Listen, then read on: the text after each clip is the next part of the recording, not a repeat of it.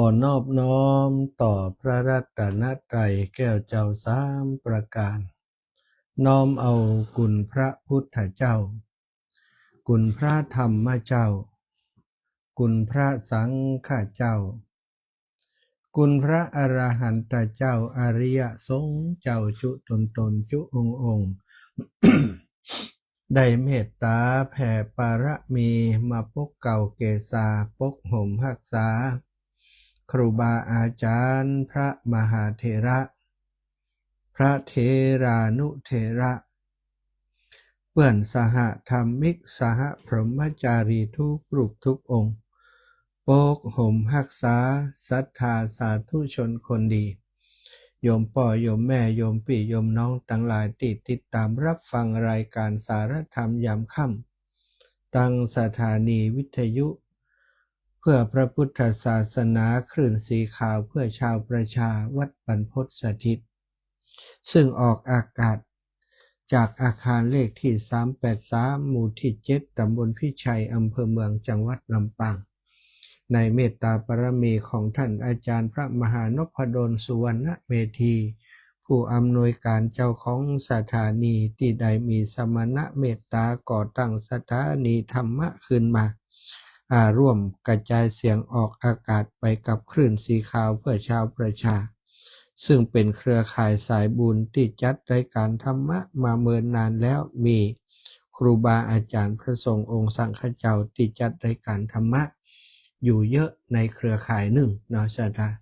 วันนี้มาพบปะกันอาตมาภาพพระมหาสมชาติชาตะปัญโยรับผิดชอบดำเนินรายการทุกวันจันทร์วันพุธพฤหัสศุกร์เว้นวันเสาร์วันอาทิตย์และวันอังคารเนอะต่อจากนี้วันเสาร์ก็จะเป็นท่านอาจารย์พระมหานพดลสุวรรณเมธี เวลานี้ท่านบ่ค่อยได้ออกรายการในช่วงหัวค่ำก็เลยนิมนต์ว่าให้ท่านอาจารย์ได้ออกอากาศในวันเสาร์ท่านก็รับจะออกอากาศในวันเสาร์ทุกเสาร์เนอะสัตวันใดถ้าหากท่านติดธุระภาระก็อาจจะสลับสับเปลี่ยนกันไปตามเหตุการณ์ตั้งหน้าเนาะถ้าบ่มีปัญหายังท่านอาจารย์ก็จะมาพบปะกับศรัทธาอีปออีแม่ในช่วงวันเสาร์ตอนเย็น19 ถึง20 นาฬิกาวันนี้ต้องขอบคุณทุกกำลังใจที่ส่งมาทาง Facebook ไลฟ์เนอะแม่พวงทองมหาวงศ์กราบพระอาจารย์รับฟังอยู่เจ้า อยู่บ้านบวกค้างสันกำแพงแม่บุญเรืองชัยเงินพี่น้องตั้งต้นพึ่งฝังเนาะก็ติดตามรับฟังอยู่ความสุขความสัสดีจงมีแก่ศรัทธาผู้ติดตามทุกคนทุกท่านตึง Facebook ตึง YouTube และก็ตึงติดตามตังรายการตังวิทยุนี้เนาะขอบคุณไปยังสถานีวิทยุตังเชียงใหม่วัดไฟหินและก็ห้วยตองซักเนาะตังแม่วางเรดิโอตัวเนอะที่ออกอากาศพร้อมกันณเวลานี้ศรัทธาพบปะกันแล้วก็จะปากันไหว้พระสวดมนต์ทำวัดเย็นก่อนเนาะเดี๋ยวก่อยอุสาระธรรมต่อไปกราบพระพร้อมกันเนอกราบหนึ่งพุทโธเมนาโถกราบสองธัมโมเมนาโถกราบสามสังโฆเมนาโถ อิมินาสกา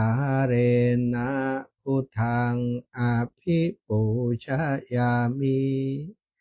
อิมินาสการะนะธัมมังอภิปูชยามิอิมินาสการะนะสังฆังอภิปูชยามิอะระหังสัมมาสัมพุทโธภะคะวาพุทธังภะคะวันตังอภิวาเทมิกราบ สวากขาโตภะคะวะตาธัมโมธัมมังนะมัสสามิครับ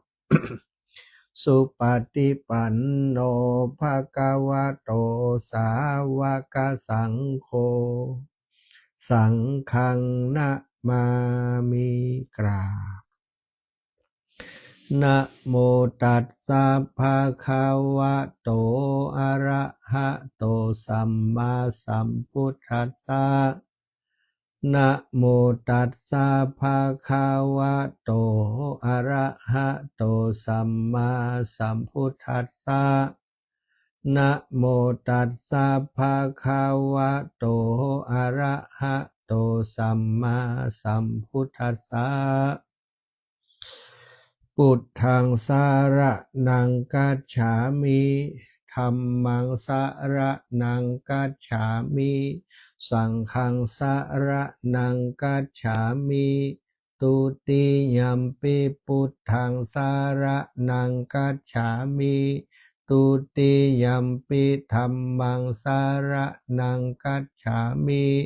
ตุติยัมปิสังฆังสารนังกัจฉามิตาติยัมปิพุทธังสารนังคัจฉามิตาติยัมปิธัมมังสารนังคัจฉามิตาติยัมปิสังฆังสารนังคัจฉามิอิติปิโสภะคะวะอะระหังสัมมาสัมพุทโธวิชชาจารณะสัมปันโนสุขโตโลกวิทูอนุตตโรปุริสธัมมะสารทิสัทธาเทวมนุษย์สานังพุทโธภาคาวาติสาวาคาโตภาคาวาตาธัมโมสันทิฏฐิโกอากาลิโกเอหิปัสสิโกโอปนะยิโกปัจจตังเวทิตาโพวินยูหิติสุปฏิปันโนภะคะวะโตสาวกสังโฆอุชุปฏิปันโนภะคะวะโตสาวกสังโฆยายาปฏิปันโนภะคะวะโตสาวกสังโฆสามิจิปฏิปันโนภะคะวะโตสาวกสังโฆยะทิทังจัตตาริปุริสายุคานิอัฏฐาปุริสาปุคลาเอสาภะคะวะโตสาวกสังโฆอาหุนายโยปาหุนายโยทักขินายโยอัญชลิการะนิโยอนุตตรังปุญญเขตังโลกัสสาติกราบพระพร้อมกันเนอศรัทธาญาติโยมทั้งหลายกราบหนึ่งพุทธังวรันตังศิระสานะมามิกราบสองธรรมังวรันตังศิระสานะมามิกราบสามสังฆังวรันตังศิระสานะมามิเรียบร้อยนะไหว้พระสวดมนต์เสร็จนะก็ถือว่ากิจกรรมสำคัญทุกคำที่อาตมาเข้ารายการได้ปาการทำเรียบร้อยแล้วนะขอบคุณครับทุกคนที่กำลังเข้ามาติดตามนะตั้ง Facebook ไลฟ์แล้วก็ ติดตามตั้งสถานีวิทยุโดยเนอร์สถาเป็นอย่างใดพ่องเข้าพรรษาแล้ว เสร็จแล้วเนาะพิธีในกิจกรรมต่างๆในการเข้าพรรษาการตานเข้าตานของนะการได้ฟังน้ำฟังธรรมฟังธรรมอานิสงส์พรรษาตานเตียนเนาะบางคนก็ได้ไปตานเตียนแล้วนะตานเตียนหลายวัดหลายวาเก้าวัดเก้าวาบางคนก็นักกว่านั้นเพราะมีหลายหมู่หลายคณะปากันไปเนาะก็ว่ากันไปสถาสะสมบูรณ์กันเอาไว้กิจกรรมที่มันมีประโยชน์เป็นการส่งเสริมอนุรักษ์รักษาหิดหอยกองเก่าประเวณีที่ครูบาอาจารย์นักปราชญ์บัณฑิตต่างหลายเปิ่นได้ทำมาก่อนแล้วเนาะทำให้เฮาฮู้เฮาหันนะมันเป็นกิจกรรมที่ต้องใจความสมัครสมานสามัคคีใจความเสียสละนะของหมู่ของคณะปากันไป หลายคนหลายท่านก็ไปต่างจังหวัดนะอย่างวันก่อนต่างเชียงรายต่างเวียงป่าเป้าปากันมาลำปางนะแวะหลายวัดบรรพตสาธิตก็เป็นวัดหนึ่งที่เปิ่นมาแวะเมื่อวันที่26ที่ผ่านมาเนาะพี่น้องต่างแม่ขาจานเวียงป่าเป้าปนนั้นนัชวินกับคณะเปิ่น40กันตู้เนาะมากันต้องขออนุโมทนาบุญเหมือนกันนะต่างเชียงใหม่ก็ไปกันหลายที่หลายแห่งเนาะที่หันติดตาม Facebook ของ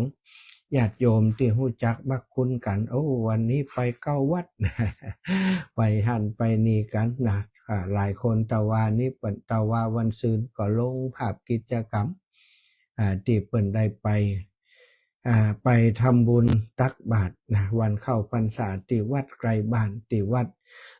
ที่มีครูบาอาจารย์ที่เปิ่นเคารพนับถือพำนักอาศัยอยู่ก็ได้ไปทำบุญเนาะก็หลายคนหลายท่านส่งภาพมาก็อนุโมทนาบุญด้วยเน้อศรัทธาญาติโยมทั้งหลายที่วัดบรรพตของเฮาที่นี่ก็มีศรัทธาญาติโยมมาทำบุญตักบาตรกันเยอะอยู่เนาะในวันเข้าพรรษาแล้วก็ตะวันนี้เป็นวันอธิษฐานพรรษาเข้าพรรษาจำพรรษาในอาวาสอารามของภิกษุสงฆ์ทั้งหลายที่เข้าพรรษานี่เข้าพรรษากัน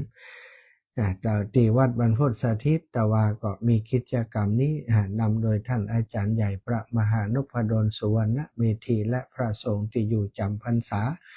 โดยกันตอนนี้ก็5 รูปถึงท่านอาจารย์เนาะสถานทำกิจกรรมร่วมกันเป็นที่เสร็จสิ้นบรมวลตั้งนี้ไปก็พุ่นรอปะวารณาออกพรรษา3 เดือนแป๊บเดียว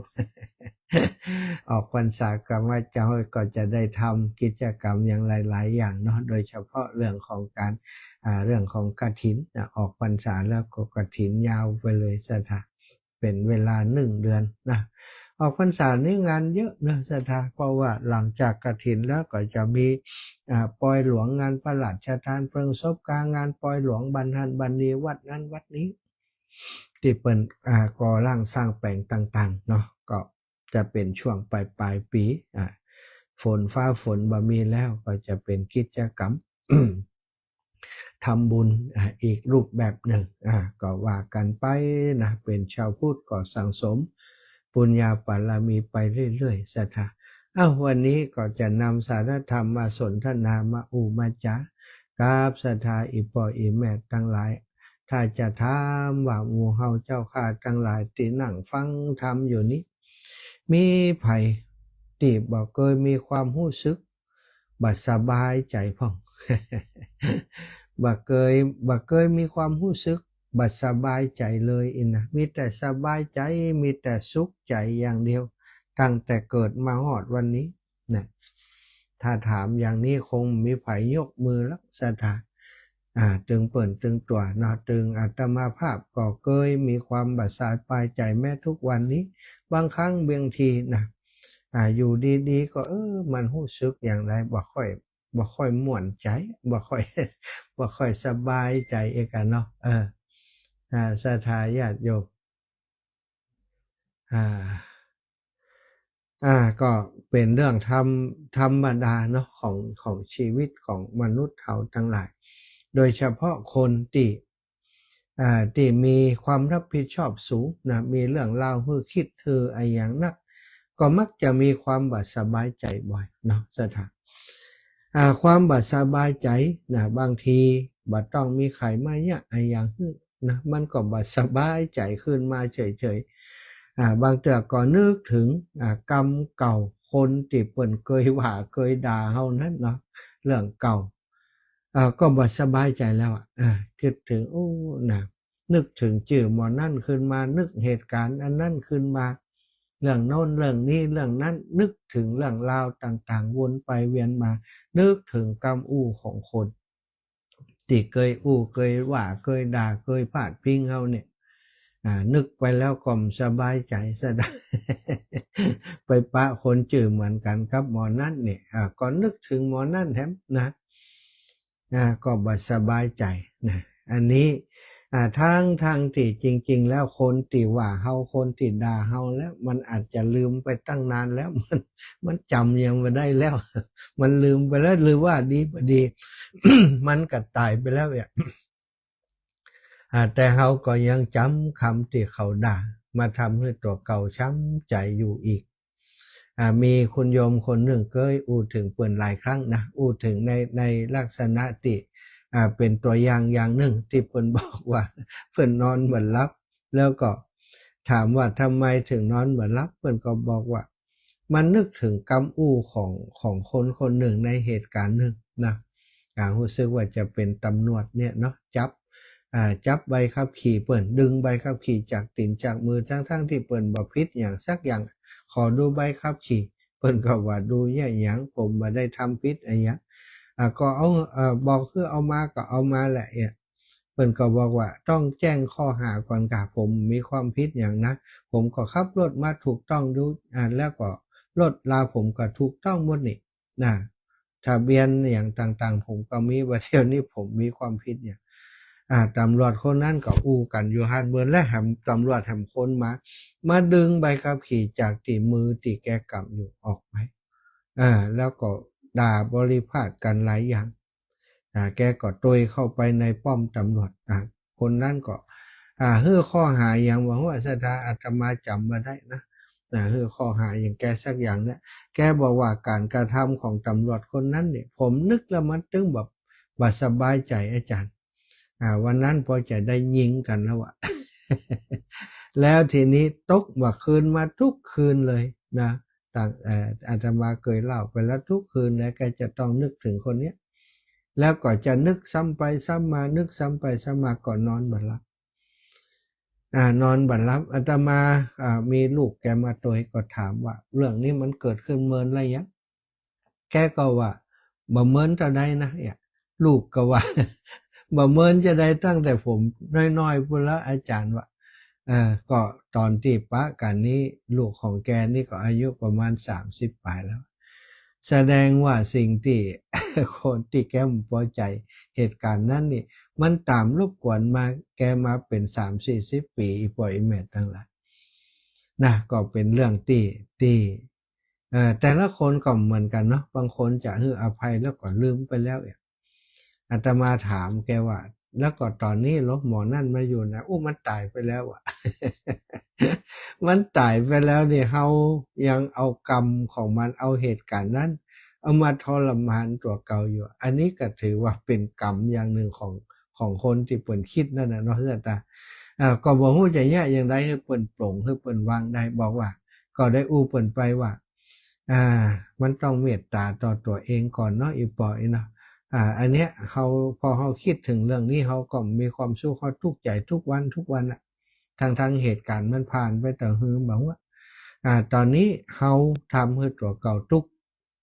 เหตุการณ์นั้นมันผ่านไปแล้วคนที่ด่าเฮาเนี่ยมันจำบ่ได้แล้วมันก็ลืมไปแล้ววันนั้นมันผิดหยังบอกว่ามันใจบ่ดีหยังมั่วเนาะมันก็อู้กรรมที่เฮาบ่พอใจธรรมดากรรมบ่เข้าหูก็บ่พอใจมันก็กรรมอูนั้นหายไปเหมือนแต่เฮายังเอามาเป็นกรรมกือทำให้เฮาทุกข์นี่ถ้าจะเนี่ยถ้าจะบ่ให้มันต่อเนื่องต่อไปแหมต้องตัดคือขาดอย่างน้อยก็ต้องเมตตาตัวเก่าเอ็นดูตัวเก่าที่คิดแล้วคิดแถมคิดแล้วคิดแถมก็เกิดความทุกข์ใส่ตัวเก่าติ๊กๆมีไผเอามาใส่ให้เฮาเลยถ้าเฮาบ่เมตตาตัวเก่าบ่เอ็นดูตัวเก่าไผจะมาเอ็นดูเฮาอีกบ่ปอดต้องอินดูตัวเก่านายอินดูตัวเก่าสงสารตัวเก่าจะไปคืดมันอาจารย์มันทำยากขนาดประเด็นนี้เนาะที่ผ่านมาผมก็คืดแล้วนะว่าก่อนอันก็ฮืออภัยเขากับเปื่อนเกิดแก่เจ็บตายแล้วบัดเดียวมันก็ตายไปแล้วเรากวดนับอุทิศไปเฮามาโคดอย่างอีบั้นได้อย่างมันก็ทุกข์ใจเฮานะนั่นน่ะผมก็ฮู้อย่างเงี้ยอย่างใดว่าเลยมาแอวหาอาจารย์ อาจารย์ก็เลยบอกอาจารย์กำหู้จะแย่อย่างใดถ้าอีปอบอกวางด้วยตัวเองเนาะความรู้สึกอย่างนี้มันก็โดยไปตามไปอย่างเงี้ยนอนบ่หลับทุกคืนก็เพราะเฮาคิดไปเองเขาด่าเฮาเขาลืมแล้วรู้ไหมแต่ฉะนั้นเฮายังจำถ้อยคำเขาหรือจำไว้ตอกย้ ฮือช้ำเราเพราะโง่เขลาจึงจำไว้ให้ช้ำเองเนี่ยศรัทธาอันนี้แสดงว่าเฮาโง่เนาะโง่คนเดียวนะจำไว้แล้วมาทำเพื่อตัวเก่าได้ตุกยิ่งถ้าได้น้อยใจเนี่ยศรัทธาคนเฮาเนี่ยเนาะไม่ยิงคนเฒ่าคนแก่จังน้อยใจนะจังน้อยใจเจ็บใจเจ็บใจอย่างนักนะก็ยิ่งบ่สบายใจมากขึ้นบ่ฮู้ว่าจะน้อยใจจะเจ็บใจไปแย่อย่างเจ็บใจไปแล้วน้อยใจไปแล้วตัวก็มาทุกข์ที่ตัวเนี่ยเนาะก็แย่อย่างใดมันน้อยใจไปแล้วเนาะก็น้อยใจไปแล้วน้อยใจเรื่องโน้นเรื่องนั้นเรื่องนี้คุณผู้หญิงบางคนนี่สามีจำวันเกิดมาได้ก็น้อยใจที่ของคนอื่นนี่ท่ออีนะอันนี้เมียวันเกิดเมียตึงเตือจำมาได้วันแต่งงานตึงเตือจำมาได้วันโน้นวันนี้จำมาได้ ปวดใจส่วนใหญ่บ่ค่อยจำเรื่องพวกนี้เนาะศรัทธาก็โดนแม่ยิงน้อยใจเอาน้อยใจก็งอนก็อย่างเงี้ยน้อยใจก็เป็นความทุกข์อย่างหนึ่งนะศรัทธามันถึงออกนอกเนาะในใจมันถึงหม่วนอยู่ในกับหมวดน้อยใจแล้วนะยิ่งน้อยใจเจ็บใจใครมากยิ่งลำบากใจตนหม่นหมองไม่เขาทำเฮาเขาต้องหม่นหมองใจไม่ต้องไปโกรธเคืองเปลืองเวลาเนาะเขาบ่ต้องไปโกรธเขาเปลืองเวลาโกรธแล้วก็ทุกข์ใจตัวเก่าเราควรจะคิดเหือใดว่าคนที่ร้ายกับเราเขาก็ทุกข์เขาจะสุขอย่างไรเขาใจร้ายเราอภัยให้เขาเราสบายผลสุดท้ายเขารับกรรมที่ทำเองแน่เขาบ่ต้องไปคิดร้ายกับเขาหรอกเนาะคนที่ให้กับเขาก็ทุกข์เหมือนกันเนาะทุกข์เพราะความใจร้ายของเขาให้อภัยเขาก็สบายใจเขาผลสุดท้ายเขาเองก็รับกรรมที่ทำบ่ดีบ่ดีทำบ่ดีไว้ก็ต้องรับกรรมด้วยตัวเองไปคนด่าคนอื่นเพิ่นบอกว่าเหมือนกับเอาของโสกปรกจ่งคุณฟ้านะสุดท้ายมันก็ตกลงมาใส่หัวตัวเก่าอยู่ดีเนาะเฮาบ่ต้องไปรับเอาความโสกปรกนั้นบ่ต้องไปเอากำด่ากำน้อยใจที่คนอื่นพยายามจะด่าจะใส่มาที่เฮากำด่าอย่างที่พระพุทธเจ้ากับท่านพราหมณ์คนหนึ่งเนาะกับท่านพราหมณ์ติดบริพาทด่าพระพุทธเจ้าว่าเป็นอย่างไม่มาอย่างมาละด่าขนาดนักพระพุทธเจ้าเฉยบ่ทำบ่มีอารมณ์อย่างบ่รู้สึกอะไรอย่างศรัทธาเป็นอรหันต์แล้วเนาะพราหมณ์นั้นก็ด่าจนอิดศรัทธา ด่าไปด่ามาอิดมดแหงด่าหอบนั่งหอบอยู่ใกล้พระพุทธเจ้าพุทธเจ้าก็ว่ามดเรื่องด่าแล้วก็ยังมดแต่มดแหงอยู่เดี๋ยวจะด่าต่ออยู่ พระพุทธเจ้าก็ถามว่าท่านพราหมณ์บ้านของท่านนี้มีแขกไปแอวพ่องก่อท่านปากร้ายอย่างนี้มีแขกไปแอวพ่องก่อโอ้มีกะจะได้มีว่ะเฮาก็มีคนรู้จักนักนะ แขกนี่มาเป็นประจำนะไอ้หลอกอันพระพุทธเจ้าก็ได้ทีว่าเหรอเป็นอย่างนั้นเลยท่านพราหมณ์ถ้าแขกมาที่บ้านท่านพราหมณ์ทำยังไงเหรอก็ต้อนรับเขามาก็ต้อนรับกะเอาของมาต้อนเอาของมาฮื้อกะเป็นการต้อนรับแขกไงท่านบ่เคยต้อนรับแขกท่านบ่ฮู้นี่เฮามานี่ท่านยังบ่ต้อนรับเฮาเลยนี่เอาน้ำเอาหยังมาสู่นี่ ท่านพราหมณ์ว่าพระพุทธเจ้า พุทธเจ้าว่าท่านพราหมณ์เวลาแขกมานี่ท่านเอาอย่างมาต้อนรับหรือไม่ก็เอามากะเอาน้ำเอาของเอาขนมนมเนยผลหมากลากไม้มาสู่มาปั่นเพิ่นกะเป็นเจ้าของบ้านเพิ่นมาก็ต้องมีของต้อนรับนะพุทธเจ้าก็ถามว่าท่านพราหมณ์ถ้าอย่างนั้นเนี่ยเวลาท่านเอาของฮื้อแขกฮื้ออย่างนี้แล้วก็เขาบ่เอาเขากินซะกำของนั่นจะตกเป็นของไผก็ตกเป็นของผมมันก็ตกเป็นของผมกะ เขาเอาก็เป็นของผมอ๋ออีหรอพุทธเจ้าว่าท่านพามฉันใดก็ฉันนั่นเหมือนกันกรรมติดาเฮาตะกี้นั้นเฮาบ่เอาเนอะวะ เฮาบ่เอาเนอะพระพุทธเจ้าบ่เอาสดาเอานะ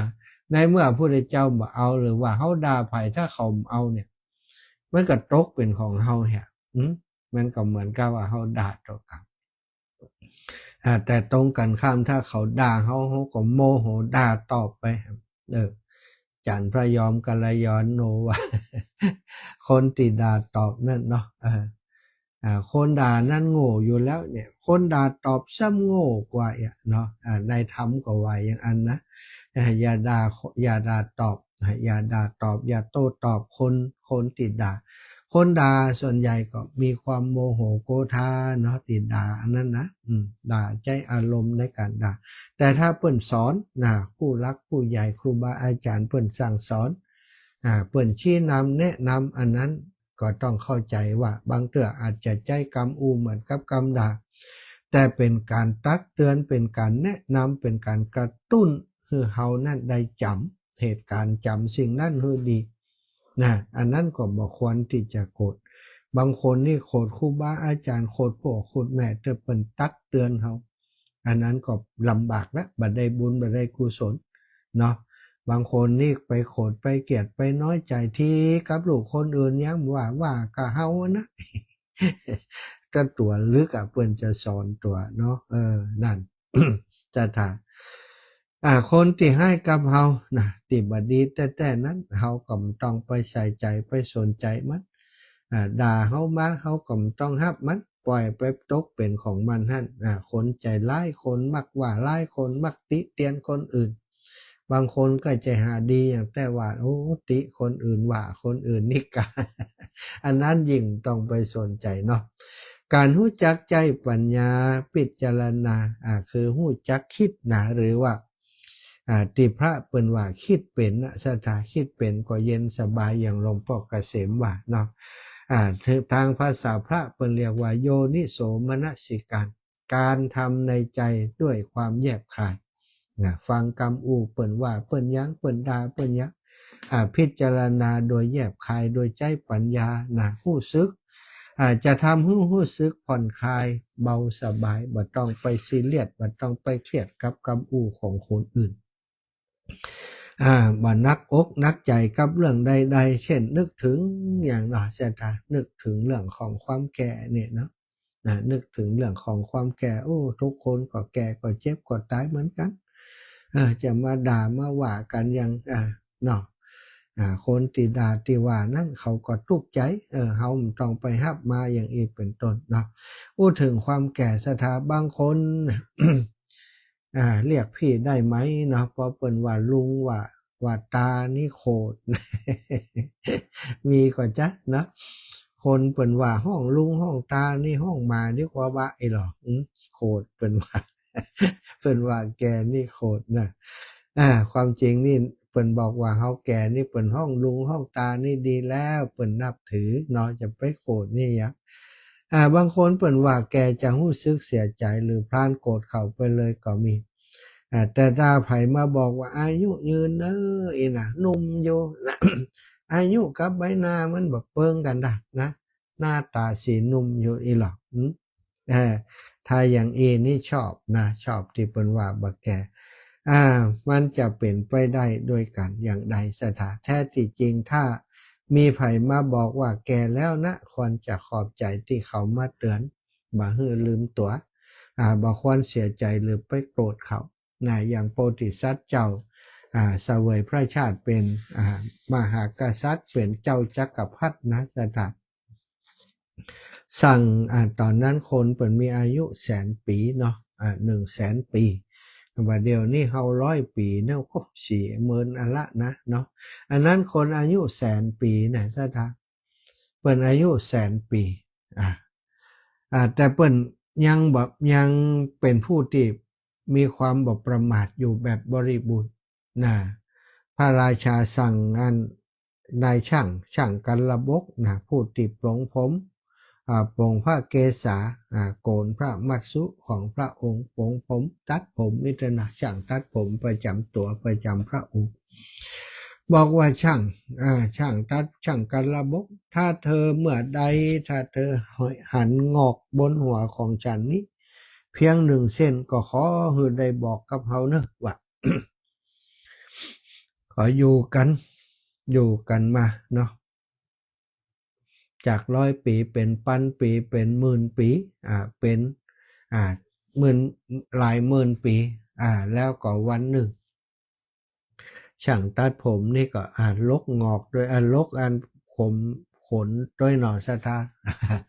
ตัดผมไว้ก็หั่นใส่งอกว่าหั่นผมเส้นหนึ่งของพระราชางอกก็โอ้พระองค์ที่พระองค์สั่งไว้เมื่อนั้นนะว่าถ้าหั่นผมงอกได้บอกให้จิมเนอร์นี่ข้าพระองค์นี่ใจผมตัดผมมานี่ก็สังเกตมาตลอดกั้งหันวันนี้นี่พระเจ้าข้าว่าพระราชาว่าโอ้อย่างนั้นเหรอดีแล้วน่าช่างกันระบกเธอจะได้รางวัลใหญ่ก็พระราชทานรางวัลให้ช่างกันระบกเป็นการใหญ่ว่าตั้งแต่นี้ต่อไปเธอบ่ต้องได้รับใจเฮาอีกแล้วนี่เป็นรางวัลก่อนสุดท้ายที่เฮาจะให้เธอพระองค์จะไปไหนเฮาจะไปบวชแล้วว่ะสถาหลังจากนั้นพระองค์ก็ไปบอกพระราชพระมเหสีพระโอรสทั้งหลายเสนาอามาตย์มาประชุมกันก็แจ้งเรื่องที่พระองค์จะมอบราชสมบัติให้กับพระโอรสองค์โตแล้วพระองค์ก็จะออกไปบวชสถาปรากฏว่าพระมเหสีก็ขอบวชโดยเสนาอามาตย์ทั้งหลายก็พากันไปบวชโดยพระราชาเป็นจำนวนมากก็เหลือแต่พระกุมารพระราชโอรสผู้สืบสันตติวงศ์แล้วก็ข้าราชบริพารส่วนหนึ่งอยู่ปกครองดูแลบ้านเมืองต่อนั่นสถาอันนั้นเพิ่นอยู่ในความแบบประมาทพอมีคนว่าแก่แล้วก็ได้ไปคือบัดใจมีคนว่าขอให้เขาบอกเมื่อได้ผมงอกผมขาวเส้นเดียวก็ขอให้บอกเป็นสัญลักษณ์ว่าแก่แล้วสถาแก่แล้วก็ต้องแสวงหาแก่แล้วก็แสวงหาความสงบเนาะความสงบจิตสงบใจเพิ่นบอกว่าอย่าเสียใจถ้าใครว่าเราแก่หรือให้แน่ว่าต้องตายกลายเป็นผีใครไม่แก่ตายไม่ตายย่อมไม่มีเป็นการดีที่เขาเตือนให้ไม่ลืมตัวนะไปโขดเป็นหน้าถ้าเป็นว่าแก่ยิ่งถ้าพูดถึงเรื่องความตายพูดถึงความตายหรือว่าเกี่ยวกับความตายคนที่บ่ฮู้จักคิดหรือว่าคิดว่าเป็นก็จะฮู้สึกตกใจแล้วก็คลาดกว่าจนเป็นเรื่องเป็นราวเป็นข่าวตั้งหน้าหนังสือพิมพ์ก็มีเช่นหนังสือพิมพ์รายวันฉบับหนึ่งพาดหัวแล้วก็มีเนื้อหาข่าวว่าครูทำการงานศพนักเรียนเป็นผีพ่อแม่โวยลั่น ไอเดียพี่เลนครูอ้างว่าแค่สมมุตินักเรียนชั้นม .6 จำนวน6 คนของโรงเรียนแห่งหนึ่งเข้าร้องเรียนต่อท่านสสว่าพวกตนได้รับคำสั่งจากอาจารย์ผู้สอนวิชาพุทธศาสนาให้ทำกิจกรรมประกอบการเรียนโดยให้พิมพ์การ์ดงานศพเป็น3 แบบคือแบบทั่วไปแบบทางการและแบบพระราชทานเพลิงศพโดยการ์ดนั้นให้ใส่ชื่อของนักเรียนลงไปว่าเป็นผู้เสียชีวิต นักเรียนกลุ่มดังกล่าวระบุว่าเมื่อผู้ปกครองเห็นการ์ดทำเอาต่างตกใจเป็นอย่างมากอาจารย์ผู้สั่งงานนักเรียนกล่าวว่าเรื่องนี้ตนมองว่าเป็นเรื่องปกติเคยพูดกับนักเรียนเสมอว่าต้องไม่ประมาทในชีวิตจึงต้องสร้างสถานการณ์สมมุติไม่ได้มีเจตนาจะสาปแช่งแต่อย่างใดส่วนผู้ปกครองขอให้ตีหลักพุทธศาสนาให้ออกและขอให้ปรงว่าเราเองก็ต้องตายเหมือนกัน ในทางพุทธศาสนาเพิ่นบอกว่าการระลึกถึงความตายทำให้บ่ประมาทในชีวิตเสียจึงควรระลึกถึงความตายอยู่เสมอ บ่อยๆบ่อยๆนะการระลึกถึงความตายทำให้ความโลภความโกรธความหลงลดลงความนอยความบาดสบายใจความขี้น้อยใจมันก็จะลดลงไปโดยเหมือนกันนะพระท่านจึงย้ำอยู่เสมอว่าละลึกถึงความตายสบายนักมักหักรักหักหลงในสงสารบรรเทามืดโมหันอันธกาศทำให้หายสะดุ้งไม่ยุ่งใจเนาะแต่วันนี้เรื่องสิ่งที่ทำให้บัสบายใจลงท้ายโดยเรื่องของไม่ประมาทในความตายเนาะก็ถ้าเขาบ่ประมาทในความตายระลึกถึงความตายอยู่เสมอแล้วเนาะไอ้เรื่องเล็กน้อยที่คนนั้นว่าคนนี้ว่าที่จะมาทุกอกทุกใจนี่มันก็จะหายไปเมื่อเราระลึกถึงความตายนะเป็นเรียกว่าอนุสตินะศรัทธาญาติโยมดูเวลาแล้วก็จะถึงเวลาที่จะเปิดโอกาสให้ศรัทธาได้โทรเข้ามาเนาะก่อนจะถึงเปิดสายก็ขออนุโมทนาบุญกับแม่คำวงสายบ้านกลวยกลางนะแม่อยากคำวงสายได้หอมปัจจัยวันนั้นไปบิณฑบาตจำมาได้วันใดวันตะวาเนาะไปบิณฑบาตตะวานี่คือวันที่30บ้านกล้วยกลางโยมแม่ได้ถวายปัจจัยส่วนตัวมา200แล้วก็ถวายการน้ำกับไฟมา300บาทแม่คำอุ่นผูกกับบ้านกล้วยกลางเหมือนกันส่วนตัว200นะกาไฟ100นะอนุโมทนาบุญเนอแม่ทุนคำเขื่อนนะถวายการน้ำกับไฟมา200แม่ตามอินตะขันอันนี้ฝากกันโยมโสภิตมา100บาทแม่ทัดอินตะขันบันกลวยม่วงฝากมาแหม200บาทและโยมน้องโสภิตฟ้าคำตันนี่ก็หอมมาแหม20บาทนะแล้วก็ มีแม่ยาวันก่อนนี้แม่ครอบครัวแม่จันแก้วมารัตนาร่วมทำบุญค่าน้ำค่าไฟแหม100บาทนะแม่ยายพลอยวงปะละถวายค่าไฟมาแหม100บาทนะแล้วก็ตะวาเนาะไปเยี่ยมไข้โยมแม่อันจินดาโยมแม่จินดาโยมแม่จินดาก็มีไหนแล้วเอาของเปิ่นไปไว้ไหนแล้วนี่มีโยมแม่เบาะวงปันตินี่พร้อมครอบครัวได้ถวายปัจจัยเป็นการน้ำกับไฟมาแหม100บาทก็เลยไปปะโยมเสี่ยวเนาะ อายุเก่ากัน06นะโยมจันเพนแก้วมานี่06นะไปปะกันเป็นลูกของแม่เบาะวงปันติครอบครัวนี่ฮักกันพี่น้องฮักกันแล้วก็โยมบุญเทียมวงปันตินะน้องสาวของโยมจันเพนลูกสาวของแม่เบาะวงปันตินะก็อนุโมทนาบุญเนอติได้ถวายสังฆทานเนาะต่ออัตมาตะวันนี้ตัวเอาละศรัทธาก็เปิดสายคือศรัทธาญาติโยมได้โทรเข้ามาเนอะ0808444173ศรัทธาสีหมวดเก้าพรุ่งนี้ได้คิวเนอะ คิวไปแอวหาสีหมวดเก้ากับหนองยางนะพรุ่งนี้เช้านะปะกันก็ช่วงนี้เนาะจะมีงานที่อำเภอฝางหลวงพ่อพระครูหลวงพ่อพระครูเจ้าพ่อโคอย่างนี้หลวงพ่อใหญ่เนาะเจ้าคณะอำเภอฝางได้ฝากซองมาหนึ่งประมาณ100ซองเนาะศรัทธาซองพระป่าติ จะซื้ออุปกรณ์ของสถานีเนาะ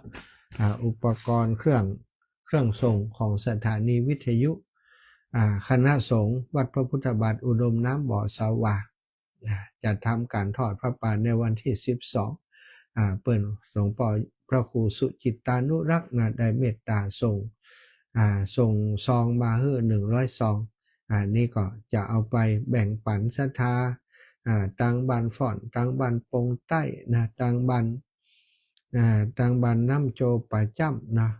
ตังบันแม่ทะเนอะบันลุกแม่ทะแม่โยมแม่สวัสดิ์ นะแล้วก็ถ้ามีโอกาสก็จะไปปั้นให้ตังพี่น้องอันบันหวยฮีสีดอนใจตัวเจริญปอนแม่น้อยอุตุดีเจ้าแม่พันอยู่เนอะแม่ไปวัดมั่มเดี๋ยวนี้ตุกเราสวดมนต์ทำวัดแหละไปเจ้าวัดสวดมนต์ทำวัดปุ่นนี่ปุ่นทำทุกวันเลยเนาะตลอ เจ้า ด ทำทุกวันเลยต ต ล ล อ อ ด ด ปี ปี ตลอดแรงตลอดภาษาเลย สุด เจ้าย อดเลยวัดเฮา เจ้า สาธุนะแม่เนอะขอบคุณอ เจ้า นุโมทนาบุญเจ้า ได้ไปสวดมนต์ทุกวันเจริญปอนแม่สุแก้ว เจ้ากลับมาฉะนะอู้เรื่องคำแก่เขากัดตึงแก่ปะตึงวันแท้ลูก ใจตึงวัน เขาเต ตึ รี ง ยม วัน พร้อมแล้วเนี่ยเจ้า อ่า มันถึงมาพูดเหมือนกับชักคนนะเจ้า เอาใจสบายสบาย บางคนเป็นว่าแกโคตรคือเป็นเนาะนะ เขาทำตัวสบายสบายทำใจสบายสบายเนี่ยก็เหมือนเขาดุมอยู่นะเจ้า เจ้าอีแม่ขอใจมันแกเปาะเนาะ เจ้า ตัวแกเป็นเรื่องของสัง ตัว ขาร เขาก็แก่ปฏิวันใจเขามาแก่นะเจ้า สาธุ ปัญหามันอยู่ที่ใจมาแกนั่นนะเนาะ เดือดร้อนกับแกเนี่ยนะอ้าวศรัทธาญาติโยม0808844173อย่างไรนี่ยึกยักนี่อันอย่างก็โปรแกรมนะโปรแกรมสถานียึกยักมันขาดหายสันกำดอยสะเก็ดแม่ย่านวลยอดคำปาน เจ้าไม่ทราบเจ้า ฝนตกก็จ้ะตังดอยสะเก็ด ตกอยู่เจ้า โอ้ ตกถึงวัน ลำปางนี่มันตกเนอะ เออ แต่ว่ามันตกบางตีตกตังวังเหนือตกตังเจียงโฮมหนักอยู่ไหม วันนั้นทำตกนักวันค่ำอ่ะ วันนี้จะไปนักโป่งที่ตู้วงแดงเขาเปิดมาจับอบรมตาตุนจับตะบนท่านนะ อ๋อกลางคืนก็แม่ ตอนบ่ายก่ะไม่ได้ไป ฝนตกเหรอ คนขับรถก็ว่าอยู่ไปบ้านจบอย่า เจ้า คนเอารถเครื่องไปช่วยหมู่คนอบตคนเหียอย่า เอาไม่เป็นไรใช่ จะไป เป็นอย่างเนาะ เจ้า เจ้าสาธุเจริญปอนแม่บัวเย็นจันทลบ แกงพัก อา หวา จาร น ย์ไปไหน วันผูกกับม้าสีหมดเก้ากับหนอง ใช่ ยา แต่ว่าก็วันนี้หมอขอถามแม่คนป้ากันไปไหนแม่บอกบอกโอ้โห ไปไหนมันได้ไปเยี่ยมมันแม่จินดากะ หัวมาหันนั่งรถด้วยกันไปไหนเนี่ย แม่จินดา นะ เก้าแม่จินดาบ้านนั้นประจำเปิ้นนั้นเปิ้นไปวันนั้นจะไปติงานหล่อเตียนนะกะแล้วก็รอรถเขาจะไปหาผมไปแต่แกเป็นชาขึ้นแขนขึ้นอย่างแบบดีเขาไปหาหมอเปิ้นว่าอาการของเส้นเลือดตีบอยู่อ่ะดีมไปล่มตีหล่อเตียนเขาแต่ว่าออกโรงพยาบาลมาวันซืนแต่ว่าเลยไปเยี่ยมเปิดไฟตาดีแต่ว่าหันเปิ่นขึ้นรถไปอยู่นะขอมาถามแม่ว่าเปิ้นไปไหนกันโห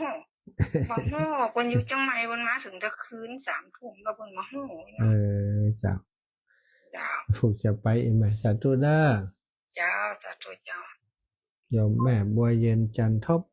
ศรัทธาญาติโยม0808844173เด้อพี่น้องต่างบ้านศาสตร์เนาะวันนั้นแม่ยังบ่ฮู้นี่ประจำเปิ้นได้โทรมาเนาะแต่ปะกันที่อันหยังก็วิทยาลัยสงฆ์นครลำปางนะโยมแม่เปิ้นฝากซองที่น้องแอมนะซองก็เป็นซองปัจจัยบำรุงกับไฟสถานีน้องแอมก็จะได้เอาเข้าไปในบัญชีโยมแม่ไปก็ปีนี้สวัสดีครับ สวัสดีครับพระครับผมตะปูสบายดีแล้วกะครับตะปูสบายดีแล้วกะครับ สบายแล้วลูกครับน้องรถสบายก่อสบายดีก่อน้องน้อยสบายดีก่อตะปูสบายดียังครับ สบายดีแล้วครับ อ๋อหลวงปู่ก็คิดเติงหาม ครั ไอ้ บผ น่ะ ม เนอะ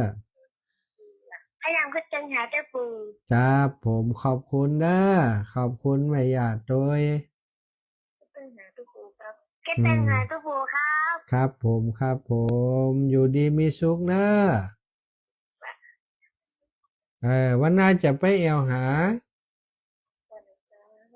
ครับผม สวัสดีครับ อ้าวแม่เครือวันหนองเต่าคำกับหลานน้อยเนาะแต่แล้วไปแอวหาเพิ่นป้าไปท่องเที่ยว โอ้หลานเพิ่นฮู้กรรมเนอะจะไปแอววัดแอววานี่ก็หุมขนาดว่า ไปที่อื่นบ่ค่อยหุม ถ้าบอกว่าจะไปแอววัดนี่หุมอ่ะเนาะเก่งเนอะเด็กน้อยคนเก่ง อันนี้เปิ่นไปทำบุญที่ไหนโอ้สวยงามแม่บัวลอยสายเขียวส่งภาพมาเฮ้อขอบคุณเนอะโยมแม่สวดมนต์ไหว้พระที่วัดเปิ่นหันก้าเนาะอนุโมทนาบุญขอบคุณกับทุกคนทุกท่านที่ติดตามรับฟังรายการอยู่ในขณะนี้นะ0808844173ได้แหมสักสายเนอะพี่น้องต่างบ้านช่วงนี้อันเฮ็ดออกแล้วซะทะเปิ่นบอกว่าต่างบ้านนั้นทุ่งเกวียนเนาะต่างทุ่งเกวียนต่างอันบ้านสันเมืองยาวนี่โอ้เฮ็ดออกนักว่ะแต่ว่านี่หันต่างพี่น้องทกหอยช้างเปิ่นไปเก็บต่างพุ่นนะได้มาขายจัดหลาย เดี๋ยวจะไปเสาะเก็บเฮ็ดบ้านนั้นบ้านนาน้ำมันนะบ้านนาน้ำมันบ้านนาบัวแม่ย่าไล่ถ้าจะได้กินเฮ็ดเบื่อแล้ว